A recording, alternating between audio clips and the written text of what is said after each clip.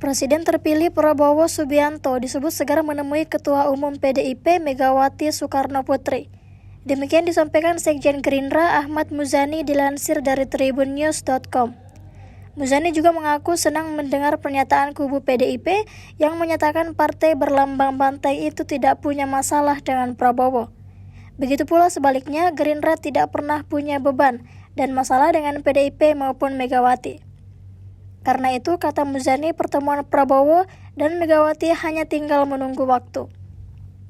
Sebab keduanya sedang banyak agenda-agenda di bulan suci Ramadan. Sebelumnya, PDI Perjuangan mengakui tidak punya masalah dengan Menteri Pertahanan Republik Indonesia sekaligus Capres nomor urut 2 Prabowo Subianto. Kecuali Presiden Jokowi yang dinilai telah mengkhianati PDIP untuk kepentingan keluarganya sendiri. Bagi PDIP, dosa Jokowi adalah membakar rumahnya sendiri untuk kepentingan sendiri.